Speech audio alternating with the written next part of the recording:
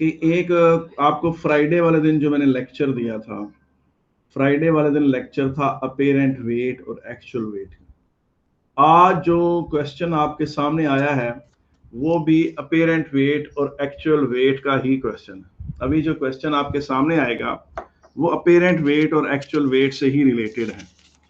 तो आए उसको देख लेते हैं, ठीक है कि नहीं है। जरा आपके सामने क्वेश्चन करते हैं। ये जरा क्वेश्चन देखें, पढ़ें जरा इसको। A spherical planet has mass m and radius r, capital R से डिनोट हो रहा है जनाब उसका रेडियस, कैपिटल R से उसका रेडियस डिनोट हो रहा है, ठीक है कि नहीं है। The planet may be assumed to be an isolated mass to have its mass concentrated at its center. Okay. The planet spins on its axis with angular speed omega as illustrated in the figure 1.1. आप note करें इसके equator पर एक छोटा सा मास पड़ा हुआ है जिसे छोटे m से डिनोट किया गया, ये वाला मास पड़ा हुआ है, ठीक है ना। और ये इसका मास छोटा m में यहाँ पर लिखा हुआ भी है, ये देखें आपको अगर नोट कर रहे हैं तो, ठीक है कि नहीं। अच्छा, अब आप ये चीज देखें कि आगे नीचे चलें। A small object of mass m, a small object of mass m rests on the equator of the planet. The surface of the planet exerts a normal reaction force on the mass. ठीक है कि नहीं। अच्छा जी, state the formula in terms of m, r and omega for the gravitational force between the planet and the object. A1 का जवाब लिख के दिखाएं जी आपको, चैट में लिखें। बेटा बेटा मैं नोट कर रहा हूँ कौन कौन से बच्चे अच्छा प्ले कर रहे हैं क्लास में, अच्छा आंसर करते हैं। उन सारों की पीटीएम इंशाल्लाह ताला बड़ी टॉप की होगी और उनके बारे में मैं जो लिखूंगा रिपोर्ट वो भी बड़ी जबरदस्त लिखूंगा। अच्छी उनको रिकमेंडेशन अल्लाह पाक की तरफ से जो मेरे दिमाग में आएगी मैं लिख के उनको दूंगा। तो चैट के में जवाब दें जरा, इसका क्या जवाब है। क्वेश्चन आपके सामने है A1 जी, A1 ये the gravitational force between the planet and the object, क्या जवाब है चैट में लिख के बताएं जी।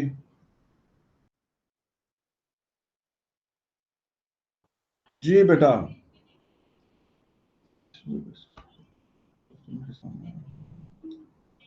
जी तो ये इसका जवाब लिखें जनाब, क्या है। वो बंदा जन्नती बच्चा बताए जनाब क्या है इसका जवाब, कि मिले उसको सवाब,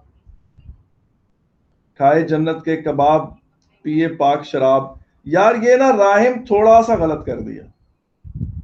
अच्छा जी, एक मिनट है, अभी किसने लिखा था जनाब, सैयद रिजवान रहमतुल्लाह अलैह ने लिखा है। ठीक है रिजवान, तुमने बिल्कुल ठीक। अहमद अब्दुलरहमान ने भी ठीक लिखा है। सैयद हैदर आपने गलत कर दिया है थोड़ा सा। आपको पता है जिनके डिनोमिनेटर में आर होता है वो सारी एनर्जियां होती हैं, स्वाय एम वी स्क्वायर हो सर रहा है। आर स्क्वायर लिखा था गलती से, अच्छा पावर ठीक हो ठीक है, गया। मान ली तुम्हारी बात हमने तस्लीम कर ली। लिखे जी जवाब इसका क्या है, G M M over R square, उसको लिख लो।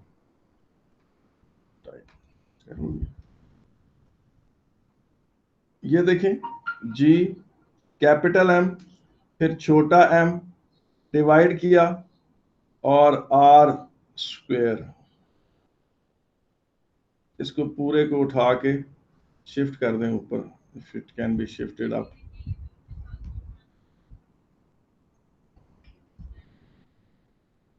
ये देखिए यहां बीच में ये मैंने लिख दिया। थोड़ा सा आस्ता आस्ता हम भी एक्सपर्ट हो जाएंगे तो फिर हम आपको इसको बेहतर बना के दिखा देंगे। अच्छा जी, अब आप ये चीज देखें कि नीचे देखें जनाब, centripetal force required for the circular motion of the small object, इसका दें जवाब कि मिले आपको सवाब। ये जो मास है ये घूम भी तो रहा है ना, ये मास तो घूम भी रहा है ना, ये मास घूम रहा है, छोटा एम जो है अराउंड प्लैनेट, प्लैनेट घूम रहा है तो छोटा एम भी घूम रहा है। तो जी क्या इसका जवाब है।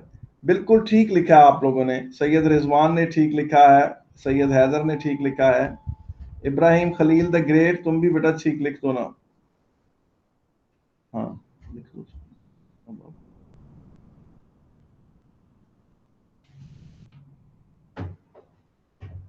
जी।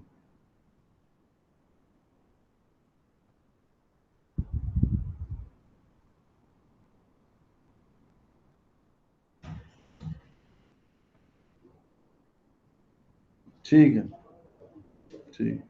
क्या जवाब है इसका बेटा?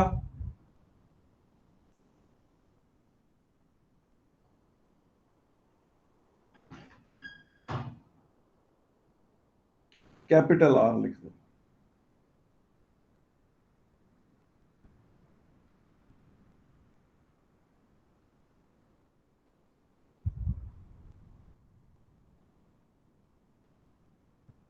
एम आर ओमेगा स्क्वायर, बिल्कुल ठीक।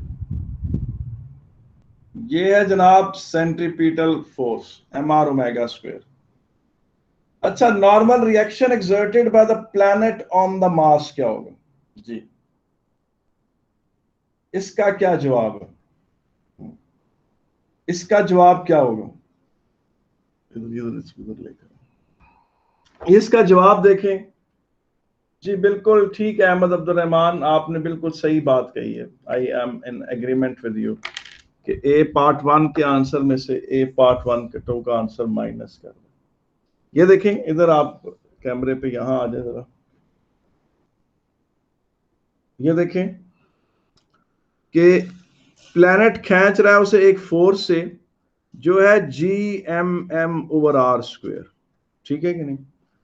इसके अंदर से, इस फोर्स के अंदर से इतना फोर्स चला गया उस ऑब्जेक्ट को घुमाने में। इस फोर्स के अंदर से ये वो फोर्स है जिससे प्लैनेट ने उसे अपनी तरफ खींचा, उस बॉडी को।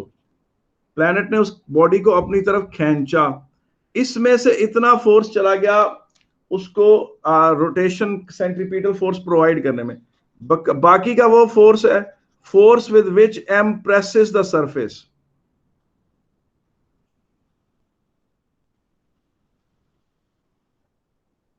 प्रेसेस द अर्थ सरफेस है ये, अब पता नहीं, प्रेस अर्थ सरफेस, ठीक है कि नहीं?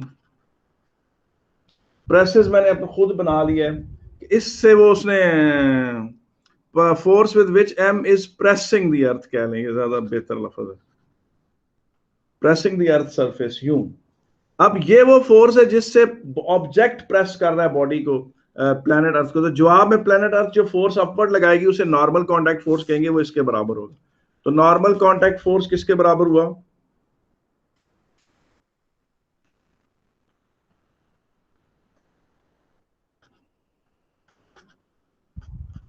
-mr omega. अच्छा मुझे एक बात बताएं, वो कौन से अगर मैंने कहा था स्पीड ऑफ रोटेशन अगर तेज हो जाए प्लैनेट की तो फिर क्या होगा? अगर स्पीड ऑफ रोटेशन तेज हो जाए तो फिर क्या होगा? जी बेटा, अगर स्पीड ऑफ रोटेशन तेज हो जाए तो क्या होगा? जी यार, अगर स्पीड ऑफ रोटेशन तेज हो तो व्हाट विल हैपन? जी, अगर स्पीड ऑफ रोटेशन तेज हो तो फिर क्या होगा?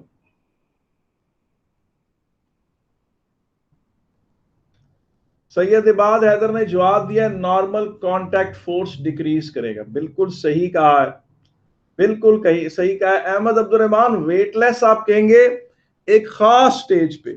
वेटलेस तब होगा जब सेंट्रीपिटल एक्सेलरेशन जो है, जब से नॉर्मल कांटेक्ट फोर्स जीरो हो जाएगा और उस वक्त वेटलेसनेस की फीलिंग आ जाएगी, हम फ्लोट करना शुरू कर देंगे। क्या करना शुरू, इस जब इतनी प्लैनेट की रोटेशनल स्पीड जो है, जब प्लैनेट की रोटेशनल स्पीड इतनी हो जाए, जब प्लैनेट अपने एक्सिस ऑफ रोटेशन के गिर्द इस स्पीड से रोटेट करे, जो आपको याद होगा हमने फ्राइडे में कैलकुलेट की थी प्लैनेट अर्थ के लिए कितनी थी, उसकी नॉर्मल स्पीड कितनी थी? आपको याद है कि वो क्या टेंजेंशियल स्पीड कितनी थी? हमने ये वाली तो नहीं कैलकुलेट की थी, ये वाली कैलकुलेट की थी। वो कितनी कैलकुलेट की थी? 7.9 किलोमीटर पर सेकंड की स्पीड से अगर अर्थ, या 7907 मीटर पर सेकंड से अगर अर्थ रोटेट करे तो हम वेटलेस हो जाएंगे और हम अपने एक कमरे से दूसरे कमरे में जाने के लिए हमें क्या करना पड़ेगा? फ्लोट करना पड़ेगा। हम फ्लोट करते हुए जाएंगे दूसरे कमरे में, तैरते तैरते जाएंगे हवा में। ठीक है कि नहीं है? तो ये बात हो जाएगी। अब मेरा आपसे क्वेश्चन ये है कि अगर स्पीड ऑफ रोटेशन प्लैनेट अर्थ की उससे भी तेज हो जाए तो फिर क्या होगा? अगर प्लैनेट अर्थ की स्पीड ऑफ रोटेशन उससे भी तेज हो जाए तो क्या होगा? हम सारे प्लैनेट अर्थ से उड़ के दूर डीप इन स्पेस चले जाएंगे। हम सारे प्लेनेट अर्थ से उड़कर दूर डीप इन स्पेस चले जाएंगे। हर वो चीज जो प्लेनेट अर्थ के साथ फर्मली फिक्स नहीं है, फर्मली अटैच नहीं है, वो उड़ के दूर चली जाएगी। ठीक है कि नहीं? अच्छा जी, अब यहां पर बात करते हैं कि सर जी जी सर जैसे भी आप रोटेशन स्पीड बढ़ने की बात कर रहे हैं, अगर सपोज करें अर्थ रुक जाती है तो क्या हाँ, ग्रेविटी की इंटेंसिटी इंक्रीज हो जाएगी? हमारी हम क्या बिल्कुल फीलिंग में जमीन पे? स्लाइट इंक्रीज है। जी जी, आप फर्ज करें आप अगर 80 केजी के हैं, तो अर्थ अगर सडनली रुक जाए तो आपको 80.7 केजी या 81 केजी के करीब फीलिंग आना शुरू हो जाएगी। आपको स्लाइट सी हैवी फीलिंग आएगी, बहुत ज्यादा नहीं, स्लाइट सी फीलिंग हैवी आएगी, स्लाइट सी फीलिंग हैवी आएगी बेटा। ठीक है कि नहीं? क्योंकि अर्थ के रुकने से, क्योंकि ये चीज फिलहाल बड़ी स्मॉल, आपको याद है मैंने बताया था कि 1000 न्यूटन अगर इसकी वैल्यू है, इसकी एट प्रेजेंट वैल्यू होगी 3 न्यूटन। इतना स्लो घूम रहा है प्लेनेट अर्थ, फिलहाल बहुत स्लो घूम रहा है। आपके वेट में से बहुत थोड़ा सा कंपोनेंट जो है वो नेसेसरी सेंट्रीपिटल फोर्स प्रोवाइड करता है। आपके वेट में से बड़ा थोड़ा सा कंपोनेंट जो है वो नेसेसरी सेंट्रीपिटल फोर्स प्रोवाइड करता है। बाकी सारे का सारा से आप प्लेनेट अर्थ को पुश करते हैं। तो पता चला कि इक्वेटर पर अगर आप खड़े हैं तो आपके अपेरेंट वेट और एक्चुअल वेट में बहुत ज्यादा फर्क नहीं है। वो बहुत ज्यादा फर्क तब पड़ेगा अगर अर्थ की स्पीड ऑफ रोटेशन बढ़े तो। ठीक है कि नहीं? अब जरा वापस चलें क्वेश्चन की तरफ बेटा, क्वेश्चन की तरफ वापस चले जाएं, क्वेश्चन की तरफ वापस। जी जरा देखें, नीचे आए, पार्ट बी पर आए। क्या बात है जनाब, पार्ट बी का 1 जनाब, explain why the normal reaction on the mass will have different values at the equator and pole।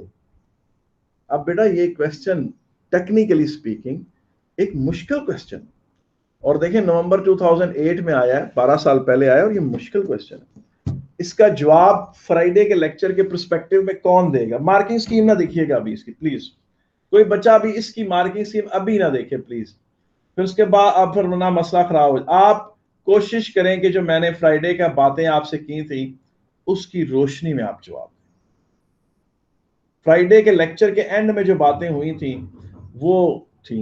बता सकते हैं कोई बात मुझे बताएं जी, वैसे जुबानी बता दें, कोई जुबानी बताना चाहता है जुबानी बता दे बेटा। सर इक्वेटर पे जब आप होंगे तो जिस साइड पे भी प्लैनेट रोटेट कर रहा होगा, जो फोर्स लग रही होगी वो साइड पे लगेगी शायद, और पोल्स पे डायरेक्टली ऊपर या नीचे लगेगी, उससे डिफरेंस आएगा। अच्छा चले मैं इसको एक्सप्लेन करने की कोशिश करता हूँ। एट इक्वेटर नहीं सैयद हैदर, इस तरह नहीं है इसका जवाब। एट पोल, हाँ ठीक है। अच्छा ये देखिए मैं बताता हूँ आपको, गौर से इधर देखें, इधर ये स्क्रीन, इधर आ जाए, मेरे कैमरे की तरफ आ जाएंगे इस वाले पे जी, इसको आपने सामने ले आइएगा। ठीक है कि नहीं? इस पे हम बात करते हैं। ये गालिबन उल्टा तो नहीं हो गया? नहीं ठीक है जी, यहां पर आ जाए, ये बात करते हैं आपके सामने। यहां पर सबसे पहली बात तो ये है कि ये इक्वेटर, ठीक है कि नहीं, इस एन इक्वेटर पे ये वो फोर्स है जिससे प्लेनेट अर्थ आपको अट्रैक्ट कर रहा है। ये फोर्स है जिससे प्लेनेट अर्थ आपको अट्रैक्ट कर रहा है। ये मैंने बनाया है, ये सेंटर ऑफ प्लेनेट है और यहां पर वो ऑब्जेक्ट है। इसके इसमें से इतना सा कंपोनेंट, इसमें से इतना सा कंपोनेंट रोटेशन प्रोवाइड करने में खर्च हो जाता है।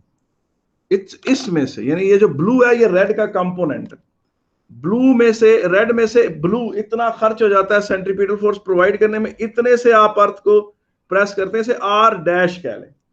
आपको पता है आर स्क्वायर या कैपिटल आर रेडियस के लिए भी इस्तेमाल हुआ है, तो आपको पता है आप अमूमन नॉर्मल कॉन्टैक्ट फोर्स के लिए आप आर का ही सिंबल इस्तेमाल करते थे, तो मैं उसको आर डैश कह देता हूं। यहां आर डैश रेडियस नहीं है, यहाँ आर डैश वो नॉर्मल कॉन्टैक्ट फोर्स है जिससे आप प्लैनेट अर्थ को प्रेस कर रहे हैं। आप नोट करें कि एन इक्वेटर पे प्लैनेट अर्थ आपको सेंटर की तरफ खींच रहा है GMM/r² से, जिसमें से ये ब्लू कंपोनेंट, छोटा सा कंपोनेंट जो है वो नेसेसरी सेंट्रीपिटल फोर्स प्रोवाइड करने में खर्च हो जाता है। बाकी से आप अर्थ की सरफेस को प्रेस करते हैं, बाकी से आप अर्थ की सरफेस को प्रेस करते हैं, ठीक है कि नहीं। अब आप यहां पर आ जाए, एन इस जगह पर कहीं आ जाए, ये इक्वेटर था, ये इक्वेटर था। अब आप जरा थोड़ा सा ऊपर आ जाए, जिस तरह हम लोग इस्लामाबाद में, तो इस्लामाबाद इक्वेटर पे भी नहीं है, पोल पे भी नहीं है, समवेयर एट सम लैटिट्यूड हमारा कोई एंगल है, हम उतना ऊपर है। आए इस्लामाबाद में क्या हो रहा है, इस्लामाबाद में ये हो रहा है, ये प्लैनेट अर्थ, ठीक है कि नहीं, हम इस तरह घूम रहे हैं, हम इस तरह की रोटेशन का हिस्सा है। तो क्या होगा, ये है वो अट्रैक्शन। मैं इसको थोड़ा सा बनाना मैंने इधर था, मगर मैं थोड़ा सा साइड पे करके बनाता हूं कि ये वो है प्लैनेट अर्थ की अट्रैक्शन GMM/r²। इसमें से ये चला जाता है हमें नेसेसरी सेंट्रीपिटल फोर्स प्रोवाइड करने में,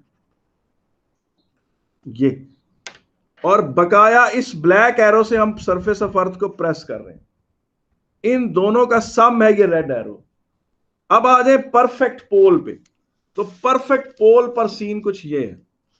अगर आप बिल्कुल पोल पे खड़े हैं तो कम से कम आप प्लेनेट अर्थ की रोटेशन का हिस्सा नहीं है। अगर आप परफेक्ट पोल पे खड़े हैं, मतलब परफेक्ट आप नॉर्थ पोल के उस पॉइंट पे खड़े हैं जो परफेक्टली सेंटर बनता है, आप प्लेनेट अर्थ की रोटेशन का हिस्सा नहीं। आप वहां खड़े होंगे, आप वहां पर सिर्फ स्पिन कर रहे होंगे, एंड उस जगह पर आपके ऊपर ये जो फोर्स है GMM/r² लग रहा होगा, और आप प्लेनेट अर्थ और कुछ नहीं हो रहा होगा, ये इसी से ही आप सरफेस को पुल वो कर रहे होंगे, सरफेस की तरफ आप अट्रैक्ट हो रहे होंगे, और इसी से आप नॉर्मल कांटेक्ट फोर्स भी आपका यही होगा। आप अगर परफेक्टली नॉर्थ पोल या साउथ पोल पे खड़े हैं तो आपके उसमें से ब्लू एरो नहीं बन रहा, ये ब्लू एरो कहीं भी नहीं आ रहा, ठीक है।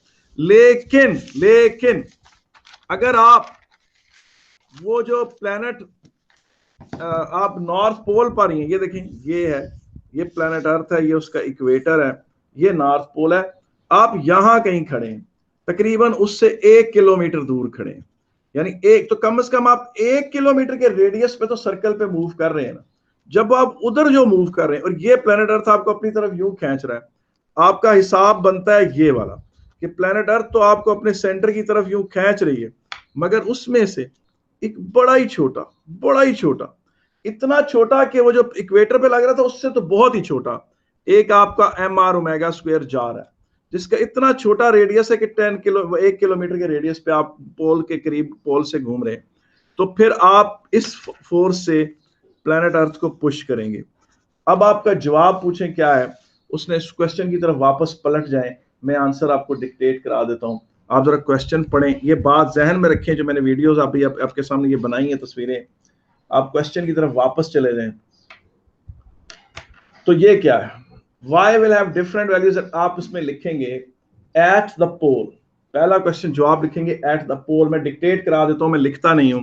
at pole normal contact force is equal to, ठीक है ना, at pole normal contact force is equal to the gravitational attraction. At pole normal contact force is equal to gravitational attraction, ठीक है जी, सिंपल सीधी सी बात। At pole normal contact force is equal to gravitational attraction, direct. इसका मतलब है apparent weight and actual weight are equal at perfect pole, यानी अगर आप बिल्कुल पोल के ऊपर है, बिल्कुल पोल के point, you are not the part of earth rotation, ठीक है कि नहीं। अब आ जाए जनाब इक्वेटर पर, इधर देखें, आप लिखेंगे इसका नीचे, इधर इस कैमरे की तरफ आ जाए, इस वाले कैमरे की तरफ देखें, आप कहेंगे कि एट पोल, ठीक है कि नहीं, at pole normal contact force is equal to the gravitational attraction,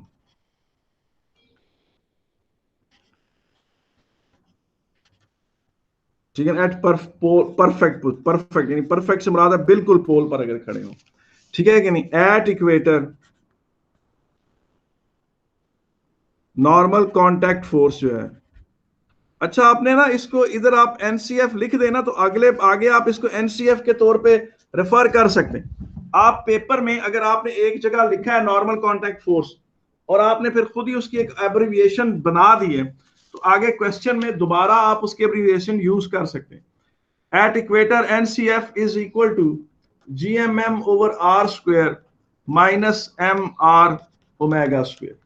ये आप लिख सकते हैं कि ब्लैक एरो जो था वो रेड माइनस ब्लू के बराबर था, ये रेड था ये ब्लू था। तो अब आप इसके बाद आगे लिख सकते हैं कि उसके बाद आप आगे ऐसे कर सकते हैं, as we move from equator to pole the angle between gravitational attraction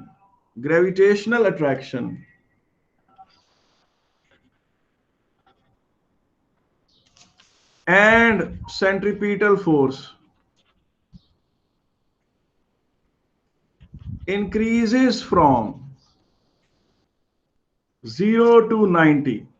ये जो बात मैं कहने लगा हूं ये वो वाली बात है। ये देखें कि यहां पर ऑलमोस्ट रेड और ब्लू के दरमियान एंगल 0 था, यहां पर रेड और ब्लू के दरमियान जब आप इस्लामाबाद में थे तो कोई एंगल था यहां पर जो कम से कम 0 नहीं था और 90 के करीब 90 भी नहीं था। और परफेक्ट पोल से जरा सा अगर फर्ज करें आप परफेक्ट पोल पे नहीं खड़े हुए, पोल से 1 किलोमीटर इधर है और एक किलोमीटर के रेडियस में रोटेट करें तो ये एंगल बढ़ता बढ़ता ऑलमोस्ट 90 की तरफ जा रहा है। तो आप लिख सकते हैं कि angle between the gravitational force and centripetal force increases from 0 to 90, hence normal contact force changes. ये अगर किसी को समझ आ गया तो ये वाकई उसने बड़ा टेक्निकल पॉइंट समझ लिया है। ये वाकई मुश्किल कॉन्सेप्ट है और मेरे लिए और बाकी टीचरों के लिए भी, हम सब के लिए भी क्लास में इसे समझाना मुश्किल है इसके ऊपर, क्योंकि ज़ाहिर है इसमें वेक्टर इन्वॉल्व है और आपकी इमेजिनेशन इन्वॉल्व। याद रखें कि अगर आप अपनी इमेजिनेशन ना यूज कर रहे हो तो कोई भी टीचर आपको समझा नहीं सकता फिजिक्स, कोई भी सर, टीचर। आप जो मैंने लिखा है वो सही है? भी बड़ी जरूरी। जी जी सैयद रिजवान क्या कह रहे हैं आप? सर जो मैंने चैट में ऊपर लिखा है वो सही है? जितना एंगल 90 डिग्री से क्लोज होगा उतना कम सेंट्रीफ्यूगल फोर्स लगेगा एट 90। हाँ बहुत प्यारा लिखा है, सही लिखा है तुमने, बिल्कुल सही लिखा है सैयद रिजवान, माशाल्लाह तुम्हारी बेटा फिजिक्स की समझ बहुत अच्छी है।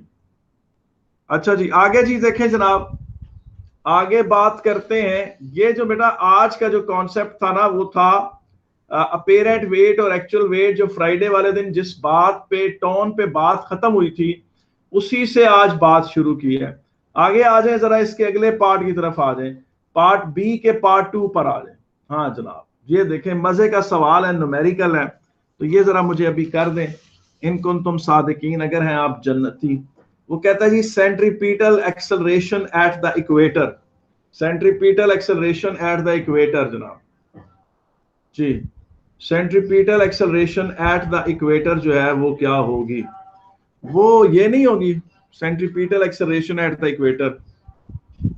Centripetal equation at the equator आप देखें, वो आपको पता है कि सेंट्रीपिटल एक्सेलरेशन के कितने फार्मूले हैं। एक ये फार्मूला वी ओमेगा भी है, आर ओमेगा स्क्वायर भी है, और ओमेगा की जगह 2 पाई ओवर कैपिटल टी डाल दें तो 4 pi square R over T square भी है। ये वाला यूज कर लेते हैं सेंट्रीपिटल एक्सेलरेशन के लिए। देखिए इसी का ही डाटा उन्होंने दिया हुआ है, इसको आप कैपिटल आर कर दें तो हम फॉर्म वापस जाएं, जरा क्वेश्चन देखें सेंट्रीपिटल, उसमें डाटा क्या दिया, आर की वैल्यू क्या दी हुई है क्वेश्चन में? आर की वैल्यू दी हुई है 6.4 इंटू 10 रेज टू पावर 6। ये वैल्यू प्लग करें जरा, 6.4 इंटू 10 रेज टू पावर 6, और टाइम पीरियड भी दिया हुआ है 8.6 इंटू 10⁴ होल स्क्वायर। कोई बंदा करे ना जरा ये कैलकुलेट, कोई बंदा ये कैलकुलेशंस कर दे बाबा। तो वो दिखाई नहीं दे रहा अभी। अच्छा क्वेश्चन वो नहीं दिखाई दे रहा। सर आंसर आ रहा है 0.0342। मैं एक मिनट है ना बेटा, मैं भी ये वैल्यूज लिख लूं। एक मिनट, और आर क्या वो था, टाइम पीरियड कितना था, 8400 स्क्वायर है। एक सेकंड, स्क्वायर नहीं क्या मैंने कहा, एक सेकंड। तो अच्छा जी, आपने आंसर निकाला क्या है वैसे? 0.034 मेरा ख्याल है ठीक आंसर है according to my old knowledge. जरा स्क्वायर करके देखें, यही आता है। सर स्क्वायर करने से काफी बड़ा आंसर आ रहा है ये। 6.4 into 10⁻⁶ का स्क्वायर होगा? नहीं नहीं नहीं, ये एक मिनट ठहरे, मुझे सेंट्रीपिटल एक्सेलरेशन का फार्मूला भूल गया। आर ओमेगा स्क्वायर, हाँ इसका सॉरी स्क्वायर नहीं, I am sorry ji sir, फिर 0.0342 आ रहा है। बिल्कुल, मुझे याद आ गया कि यही था 342 सेंट्रीपिटल एक्सेलरेशन। ठीक है, अगला पार्ट पढ़े नीचे जरा, अगला पार्ट पढ़े नीचे क्या है। और one of the poles, poles पे क्या होगा जनाब, सेंट्रीपिटल एक्सेलरेशन क्या होगी? देखिए ना, जब वो घूम ही नहीं रहा तो पोल्स पे तो जीरो होगी। पोल्स पे तो मैं बार बार कह रहा हूं कि किसी रोटेशन का हिस्सा ही नहीं। पोल पे तो मैं कह रहा हूं, ठीक है कि नहीं, पोल पे तो मैं क्या कह रहा हूं कि वो किसी हिस्सा ही नहीं किसी रोटेशन का, तो जीरो जवाब है। ठीक है, अब इधर इस पे लें जनाब जी, ये देखें पोल्स पर ये। अच्छा, अब आप फर्ज करें इक्वेटर पर जी की वैल्यू क्या होगी, और यहां पर अगर आप एक्सपेरिमेंट कंडक्ट करते हैं तो पोल पर आपकी जी की वैल्यू अगर 9.81 आई है तो ठीक, आपने सही निकाली है।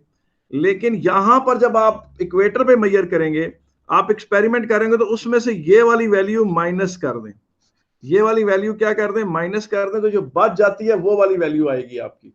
इक्वेटर पे जो लोग भी जी की वैल्यू मेजर करने की कोशिश करेंगे, वो चूंकि एक रोटेशन का हिस्सा है, वो प्लेनेट अर्थ के साथ साथ रोटेट कर रहे हैं, तो उस रोटेशन की वजह से उनकी एक्सेलरेशंस बाय दिस मच अमाउंट कम आएंगी। 9.81 में से 0.0342 माइनस करें, क्या आता है जी? कोई बंदा मुझे बता सकता है 9.81 में से 0.034 माइनस करें क्या आता है जी? 9 पॉइंट क्या आता है यारो? 9.776 9.776। जबरदस्त, थैंक यू वेरी मच, ये आएगा। अगर बेटा आप फ्री फॉल के मेथड से भी जी मेजर करेंगे ना, तो इक्वेटर पे परफेक्ट आएगा, सॉरी पोल पे परफेक्ट आएगा, इक्वेटर पे कम आएगा। और अगर आप उस तरह से मेजर करेंगे कि पेंडुलम के मेथड से, तब भी यही फर्क आएगा। ये फर्क, इक्वेटर के लोग कभी भी जी की वैल्यू परफेक्टली मेजर नहीं कर सकेंगे। क्यों नहीं कर सकेंगे? क्योंकि वो लोग जो हैं वो अर्थ की रोटेशन का हिस्सा हैं, और अर्थ की रोटेशन के हिस्से की वजह से उनको जो ये एक फीलिंग है हल्की सी, जिस तरह मैंने कहा था ना कि स्पीड ऑफ रोटेशन तेज हो तो वो वेटलेस होंगे, और तेज हो तो वो उड़ के बाहर जा गिरेंगे। तो जो उड़ के बाहर जा गिरना है, सर्कल को छोड़ देना है, इसे कहते हैं सेंट्रीफ्यूज इफेक्ट। सर्कल को छोड़ देने को क्या कहते हैं? Centrifuge effect. या रोटेशन हो तो स्पाइरल आउट करने के इफेक्ट को क्या कहते हैं? Centrifuge effect. तो आप ये कहेंगे कि इक्वेटर के लोगों को ये सेंट्रीफ्यूज इफेक्ट हमेशा लग रहा होता है, बेशक बड़े माइनर कम अमाउंट में लग रहा हो, तो वो हमेशा सेंट्रीफ्यूज इफेक्ट की वजह से हमेशा उनकी जो जी की वैल्यूज हैं वो पोल के लोगों से हमेशा कम आएंगी। और ये तो एक रीजन है, ठीक, ये तो एक रीजन है। दूसरा रीजन ये है कि प्लेनेट अर्थ परफेक्टली स्फेरिकल है भी नहीं, खखड़ी की तरह। खखड़ी समझते हैं, वो जो खरबूजा होता है, पोल का रेडियस वैसे भी कम है। हम कहते हैं ना अर्थ का रेडियस 6400 किलोमीटर है, कई दिनों से लिख रहे हैं, तो इस जगह पर पोल पर वो रफली 6370 किलोमीटर होगा, और इस जगह पर वो जरा ज्यादा होता है, वो 6390 या इस तरह करके, मुझे सही वैल्यूज याद नहीं है, लेकिन फर्क बहरहाल है। पोल पे रेडियस ज्यादा है और इक्वेटर पे रेडियस क्या है? कम है। इसका मतलब है आप पोल से खोदें तो नीचे चले जाएंगे, जल्दी सेंटर ऑफ अर्थ पे पहुंचेंगे, और इक्वेटर से खोद कर यूं जाएंगे तो ज्यादा देर में पहुंचेंगे। अब जो इसी क्वेश्चन का आखिरी पार्ट था कि वैल्यू ऑफ जी जगह जगह क्यों फर्क होती है, मैंने इसके नॉर्मल आपको लेक्चर में 4-5 आंसर लिखवाए हुए हैं, आज दोबारा उनकी दोहराई करा देता हूं। सबसे पहली बात यह है कि आज जो आपने पढ़ा कि वैल्यू ऑफ जी, जी कौन सा, वो जो आप मेजर करते हैं ये वाला, ठीक है कि नहीं है, is it changes due to rotation of earth, ठीक है कि नहीं, due to rotation of earth at equator, ठीक है कि at equator, due to centrifuge effect या ड्यू टू रोटेशन लिख लें, its value is 9.81 minus 0.0342, या आप ये लिखना है या लिख लें gm over r square minus mr omega square minus r omega square, ठीक है कि नहीं, यानी gm over r square minus r omega square। ये नोट करें कि जो आप पहले लिख रहे थे ना सवाल के स्टार्ट में, वही चीज लिख रहे हैं लेकिन सिर्फ m बीच में काट दिया क्योंकि आपने m से डिवाइड कर दिया था, तो ये बन गया, तो gm over R square minus R omega square, ये इफेक्ट है इक्वेटर पे। And at pole it's purely 9.81 because pole is when you are at pole you are not the part of any rotation, ये पहला reason था। दूसरा था non uniform composition of planet Earth, non uniform composition of planet Earth. मैंने आपको बताया था कि प्लैनेट अर्थ जो है परफेक्टली एक जैसी डेंसिटी नहीं रखती, और फिर मैंने आपको बताया था कि यही चीज जो है ऑयल और दूसरे एक्सप्लोरेशन में यूज होती है। प्लैनेट पे एक इंस्ट्रूमेंट होता है gravity meter, gravity meter value of g को 6 डेसिमल प्लेसेस तक मेजर कर लेता है, 6 डेसिमल प्लेसेस तक मेजर कर लेता है। प्लैनेट अर्थ के नीचे जहां कहीं ह्यूज डिपॉजिट्स ऑफ ऑयल और गैस होते हैं, उस चंक पे एवरेज डेंसिटी रिड्यूस कर जाती है और वहां जी की वैल्यू कहीं थोड़ी कम आती है, उसकी कमी का असर 6 या 5वें डेसिमल प्लेस पर होता है। और जहां पर हैवी मेटल के ह्यूज रिजर्वायर्स होते हैं वहां जी की वैल्यू स्लाइटली बढ़ जाती है, 5वें डेसिमल प्लेस पर उसका फर्क पड़ता है। 1996 में या 1995 में इसके ऊपर एक बड़ा प्यारा क्वेश्चन आया हुआ जिसमें बकायदा उन्होंने इसकी कैलकुलेशन 6 डेसिमल प्लेस तक करवा कर बताया था कि जनाब ऑयल एक्सप्लोरेशन के लिए या गैस एक्सप्लोरेशन के लिए या मेटल्स को एक्सट्रैक्ट करने के लिए ग्रेविटी मीटर्स वो इंस्ट्रूमेंट्स होते हैं जो जी की वैल्यू 6 डेसिमल प्लेसेस तक मेजर करते हैं और बहुत सही तरह से मेजर करके करते हैं। ये दूसरा रीजन था, नॉन यूनिफॉर्म कंपोजिशन। तो तीसरा रीजन क्या था कि earth is not perfectly spherical, earth is not, जो भी मैंने कहा खरबूजा की तरह नहीं, नॉट परफेक्टली स्फेरिकल, ठीक है कि नहीं, ये एक बात और बता दी थी, ठीक है कि नहीं। अच्छा, earth is not perfectly spherical. और फिर मैंने एक और अजीबो गरीब बात की थी, चौथा रीजन कहा था कि जी नेबरिंग प्लैनेट्स का भी असर हो सकता है। मतलब यहाँ मून है, इस जगह अपने जी मेजर कर रहे हैं तो इस ऑब्जेक्ट को अर्थ तो खींच ही रही है लेकिन मून भी थोड़ा सा ऊपर खींच रहा है, उसकी वजह से जो आप नीचे की तरफ जी की वैल्यू मेजर करेंगे वो मुमकिन है 9.77 या 9.76 न्यूटन पर केजी आए, थोड़ा सा फर्क आएगा। अफेक्ट नेबरिंग बॉडीज का, नेबरिंग प्लैनेट्स का, नेबरिंग स्टार्स का असर हो सकता है उसके ऊपर, लेकिन ये 2nd या 3rd डेसिमल प्लेस पर जाएगा, बड़ा माइन्यूट सा होगा। मुझे बताएं ये बातें याद थी, चारों रीजन किसको याद थे? कौन आप में से बच्चा ऐसा था जिसे ये चारों के चारों रीजन पिछले लेक्चरों से याद थे? अल्लाह पाक उसके दर्जे बुलंद करे जिस किसी को भी ये सारे याद थे। आगे चलते हैं जनाब। बेटा मैंने जब ये आपको चैप्टर कराया है ना तो मैंने जियो स्टेशनरी सैटेलाइट्स पर बहुत ज़्यादा टाइम स्पेंड नहीं किया, ठीक है कि नहीं, तो ना ही मैंने कोई पोलर सैटेलाइट्स की बात की है। तो आए थोड़ा सा आज ज़रा जियो स्टेशनरी सैटेलाइट्स के ऊपर बात कर लेते हैं। आपके सामने थोड़ी सी वीडियोस में आपके सामने बना लाता हूँ, उन्हें आप देखें और फिर हम बात करते हैं।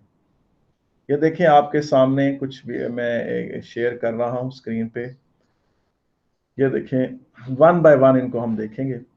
सबसे पहले ये देखें, ये वाली वीडियो अगर आपको याद हो तो ये मैंने वीडियो पहले चलाई हुई है, ये वीडियो मैंने सर्कुलर मोशन में चलाई। आप अगर आप नोट करें तो ये जो सैटेलाइट है इसके अंदर क्या खूबियां हैं। पहली खूबी ये है कि ये एन इक्वेटर के ऊपर है। दूसरा ये है कि अर्थ अगर वेस्ट टू ईस्ट रोटेट कर रही है तो ये भी वेस्ट टू ईस्ट रोटेट कर रहा है। आप ये भी लिख सकते हैं, it is rotating in the same direction in which earth is rotating, ये लिख सकते हैं। और इसके बारे में आप लिख सकते हैं it is stationary with respect to planet Earth. अब फर्ज करें कि वो जो नीचे आपको एरो दिखाई दे रहा है वो कोई इलाका बनता है ब्राजील का, तो ब्राजील के उस शहर के लोग ऊपर देखेंगे तो सैटेलाइट उनको हमेशा अपने ऊपर नजर आएगा। ये जगह जो एरो से दिखाई जा रही है नीचे अर्थ पे प्रोजेक्ट किया जा रहा है डॉटेड लाइन के साथ, ये ब्राजील का एरिया बनता है। तो ब्राजील में लोग जब ऊपर देखेंगे तो ये उनको हमेशा अपने स्काई पे नजर आएगा। तो ये it seems to be stationary with respect to earth, तो ये जियो स्टेशनरी इसको कहते हैं। इसके ऑर्बिट को पार्किंग ऑर्बिट कहते हैं। ये ऑर्बिट यूनिक है। इस ऑर्बिट में सैटेलाइट डाल दें तो आपको वो आसमान पर एक जगह नजर आएगा, as if it is parked in one point. तो ये पार्किंग ऑर्बिट भी कहलाता है।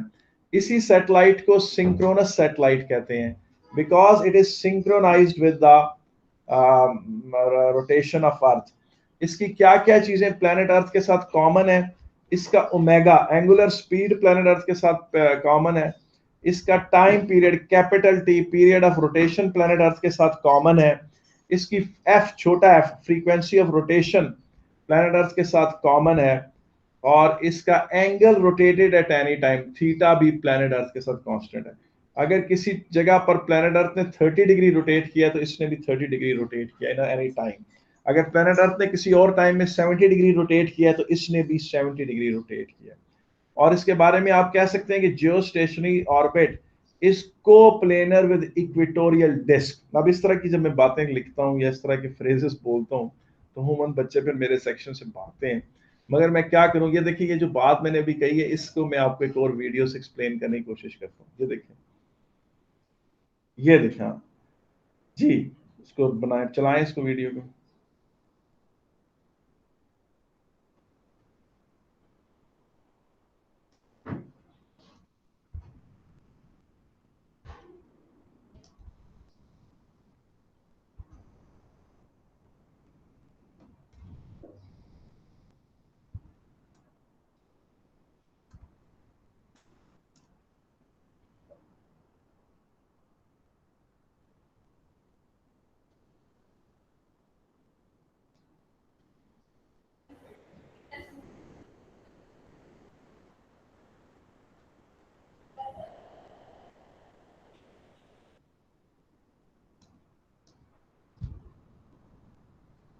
सर जी बेटा, ये आपके सामने भी ला रहा हूँ मैं।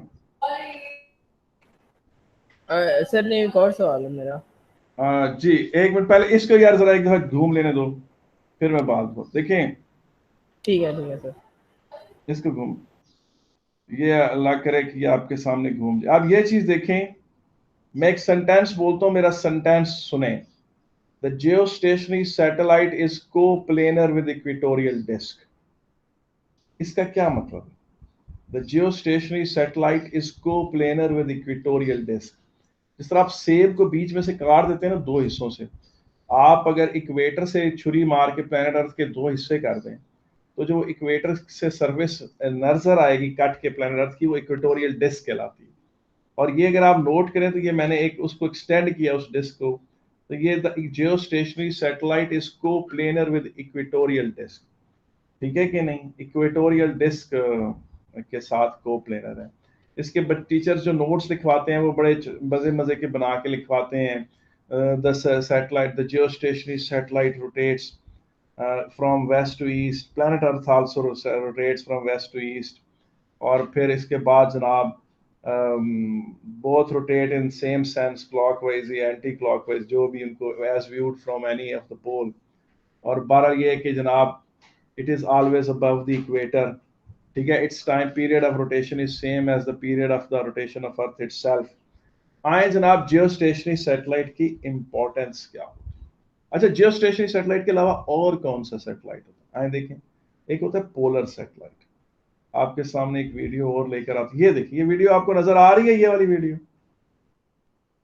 बेटा आप देखें ये दो सैटेलाइट्स, एक जियो स्टेशनरी है, एक पोलर है, एक साउथ पोल से नॉर्थ पोल, नॉर्थ पोल से साउथ पोल के साथ घूम रहा है, पोलर सैटेलाइट, और एक है जी जियो स्टेशनरी सैटेलाइट, ठीक है कि नहीं। इन दोनों का कंपैरिजन आपके सिलेबस में है, मगर इन दोनों का कंपैरिजन आगे जाकर एक चैप्टर में आता है, मगर हम चूंकि अब इसको यहाँ पर हमने छेड़ दिया ये जिक्र, तो हम इसको पढ़ेंगे, ठीक है कि नहीं है, और देखें कि क्या बात आती है इसमें।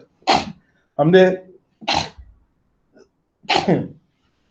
ये देखें एक आपके सामने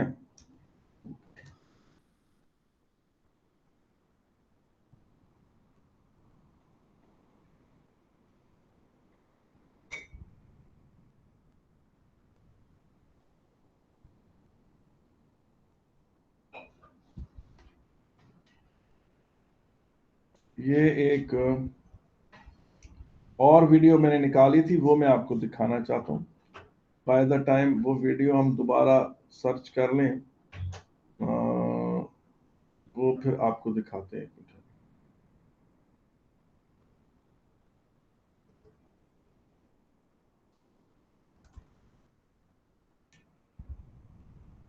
ये एक, अल्लाह करे वो हमें जल्दी मिल जाए।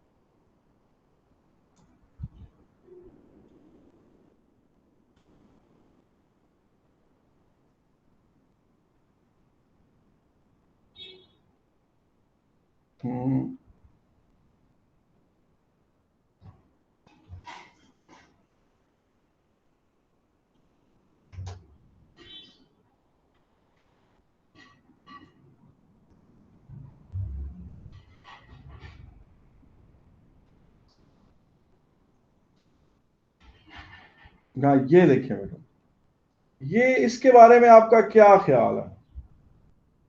ये अच्छा, ये देखें अभी सैटेलाइट है ना, इसके नीचे से सऊदी अरब गुजर रहा है, लेकिन मेरे ख्याल ये थोड़ी रुक के दोबारा रिपीट होके चला। ये वाली नहीं बेटा, वो वीडियो मुझे नहीं मिलती, मैंने निकाली थी सुबह, अभी मेरे पास वो नहीं है। वो मैंने सुबह निकाली थी वीडियो, लेकिन अभी मेरे पास है नहीं है वो। I am unable to search it up right now. तो आए छोड़े, उस पर टाइम जाया नहीं करते और वापस अपने लेक्चर की तरफ आते हैं। इस तरफ यहाँ पर आप आ जाएं, इसके ऊपर जहाँ मैं लिखता हूँ, मैं आपके सामने कुछ बातें लिखता हूँ। सबसे पहले जियो स्टेशनरी सैटेलाइट।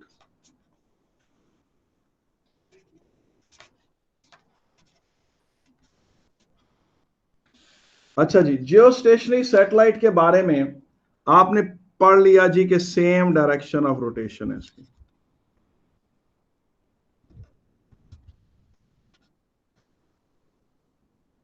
एक बात होगी। दूसरी बात आपने लिखी same direction of rotation, same period of rotation.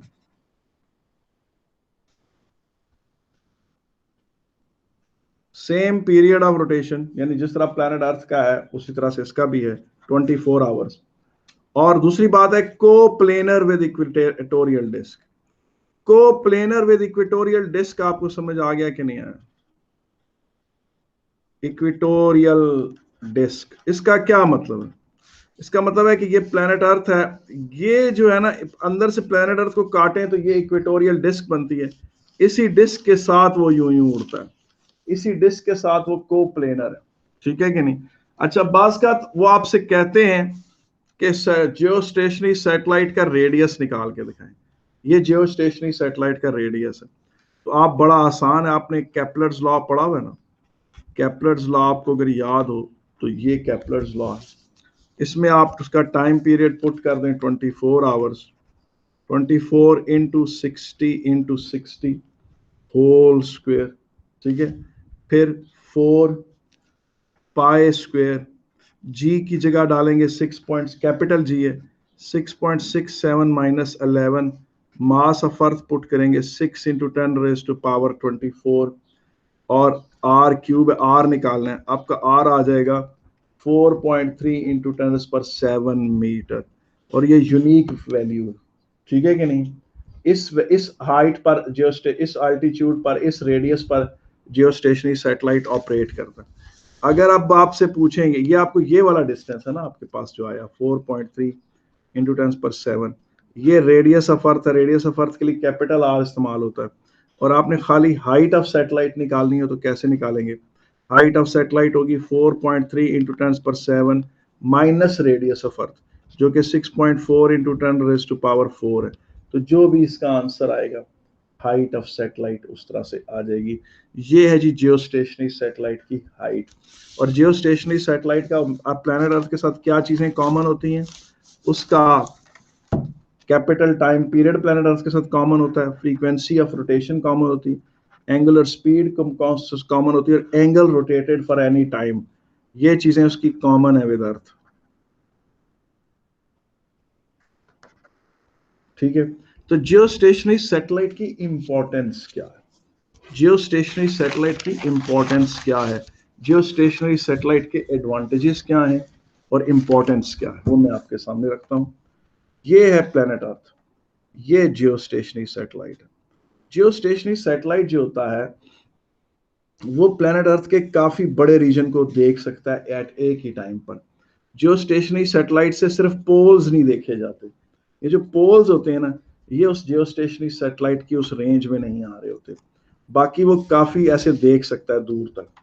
और उसके बाद अगर ये प्लैनेट अर्थ है और ये जियोस्टेशनरी ऑर्बिट है, 3 सैटेलाइट आपको मिल जाए ना, जियोस्टेशनरी 3 जियोस्टेशनरी सैटेलाइट मिल जाएं, तो आप पूरी प्लैनेट अर्थ को कवर कर सकते हैं। क्या कर सकते हैं? पूरी प्लैनेट अर्थ को कवर कर सकते हैं। और पूरी प्लैनेट अर्थ में कम्युनिकेशन कर सकते हैं। आप कहें कि सर कैसी कम्युनिकेशन? जवाब ये है कि ये प्लैनेट अर्थ है, ये पहले फर्ज करेंगे अमेरिका है। अब अमेरिका के इस तरफ फर्ज करें हम पाकिस्तान है। अब अमेरिका से कोई रेडियो प्रोग्राम नशर होता है, 1920 की बात कर रहा हूँ, उस जमाने में वो रेडियो वेव्स यूं यूं यूं यूं यूं यूं बेंड करती हुई इधर तक पहुंचती थी। यानी यहाँ कोई रेडियो प्रोग्राम नशर होता है तो radio waves all the way यूं आती थी, और उनको इस तरह से ट्रेवल करने के लिए डायफ्रैक्शन का जो प्रिंसिपल है वो इस्तेमाल करना होता था। अगर आपने एएस में याद हो कि टू मच डायफ्रैक्शन से क्या होता था, टू मच डायफ्रैक्शन से बहुत ज्यादा इंटेंसिटी लूज हो जाती थी। टू मच डायफ्रैक्शन से इंटेंसिटी क्या होती थी? लूज हो जाती थी, और बाय द टाइम वो सिग्नल यहाँ तक पहुंचता था तो वो बहुत कमजोर हो चुका होता था। अब क्या है? ये प्लैनेट अर्थ है, यहाँ से कोई भी सिग्नल सीधा सीधा माइक्रोवेव्स के थ्रू सैटेलाइट को बीम अप कर दिया जाता है, और वहां से वो बीम डाउन कर दिया जाता है। तो वो यहाँ से यूं जाते हुए उसकी इंटेंसिटी कम तो होती है, लेकिन इतनी सवियर किस्म की अटेनुएशन सफर नहीं करता। अटेनुएशन क्या होती है? Gradual loss of power in the signal as it travels. Attenuation के स्पेलिंग क्या है?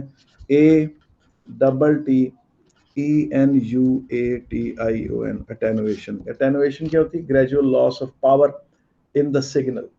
अब ये माइक्रोवेव्स के थ्रू यूं कम्युनिकेशन हो जाती है। तो जियोस्टेशनरी ऑर्बिट इतना कोई मशहूर ऑर्बिट है कि सारे कंट्रीज ने इसमें अपने सैटेलाइट्स डाले हुए। अब मेरे पास यूट्यूब की ऐसी कोई वीडियो नहीं है बस जिसमें मैं आपको दिखा सकूं कि ये ऑर्बिट अब बड़ा यूनिक ऑर्बिट है, पूरा सैटेलाइट से भरा हुआ है।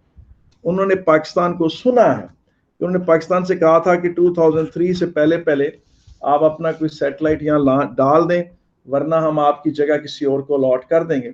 फिर पाकिस्तान ने चाइना से एक सैटेलाइट खरीद लिया जो ऑलरेडी जियोस्टेशनरी ऑर्बिट में था, और पाकिस्तान ने कहा जी कि जब भी हम सैटेलाइट लॉन्च करेंगे तो हम इस जगह लॉन्च करेंगे और इस सैटेलाइट को शूट करके उड़ा देंगे। वो बेकार सा एक सैटेलाइट है जो पाकिस्तान ने खरीदा हुआ है जगह कब्जा करने के लिए। तो वो इस तरह से, तो 3 सैटेलाइट्स अगर आपके पास हैं तो टेलीकम्युनिकेशन में इसकी बड़ी इंपॉर्टेंस है जियोस्टेशनरी सैटेलाइट की। जियोस्टेशनरी सैटेलाइट की इंपॉर्टेंस इस तरह से भी है कि ये फर्ज करें कि आप एक जगह पर, आपकी कंपनी है और आपको सैटेलाइट के साथ आपने कम्युनिकेशन करनी है, तो अब जियोस्टेशनरी सैटेलाइट आपको हमेशा आपके स्काई पर एक ही जगह नजर आएगा। तो आप एक बहुत बड़ी सी डिश लगाएं और उस डिश को यूं बनाकर माउंट कर दें अपनी छत के ऊपर, और उसको प्लस्तर शस्तर लगा के पक्का कर दें, तो वो जियो स्टेशनरी सैटेलाइट डायरेक्ट कम्युनिकेट करता रहेगा उस डिश के साथ। तो पता चला कि आप फिक्स्ड एंटेनास क्या होते हैं? वो फिक्स्ड एंटेनास वो होते हैं जो एक जगह पर आसमान में एक तरफ देखते रहते हैं, जिनकी डिश की आपको ओरिएंटेशन नहीं बदलनी पड़ती। तो आप फिक्स्ड एंटेनास के साथ जियो स्टेशनरी सैटेलाइट्स के साथ राब्ता कर सकते हैं। मगर एक बात याद रखें कि जियो स्टेशनरी सैटेलाइट जो है वो चूंकि दूर बहुत हैं, चूंकि वो क्या हैं, वो दूर बहुत होते हैं, तो उनसे कम्युनिकेट करने के लिए आपको पावरफुल ट्रांसमीटर, और जब वहां से सिग्नल आता है तो वो आपके पास जब पहुंचता है तो वो कमजोर बहुत होता है सिग्नल, तो आपको सेंसिटिव रिसीवर चाहिए। तो पता चला कि जियो स्टेशनरी सैटेलाइट्स के साथ कम्युनिकेशन के लिए आपको पावरफुल ट्रांसमीटर और सेंसिटिव रिसीवर्स चाहिए। और जियो स्टेशनरी सैटेलाइट का एक डिसएडवांटेज और है, वो है कि वो पोल्स को नहीं देख सकते। ये देखें, ये प्लैनेट अर्थ है, ये प्लैनेट अर्थ है, और वो पोल्स के साथ कम्युनिकेशन जो है तकरीबन ऐसे वो होता है, तो ये पोल्स को नहीं वो देख सकते, पोल्स उनसे रह जाते हैं, ठीक है कि नहीं, क्योंकि वो इक्वेटर पर होते हैं।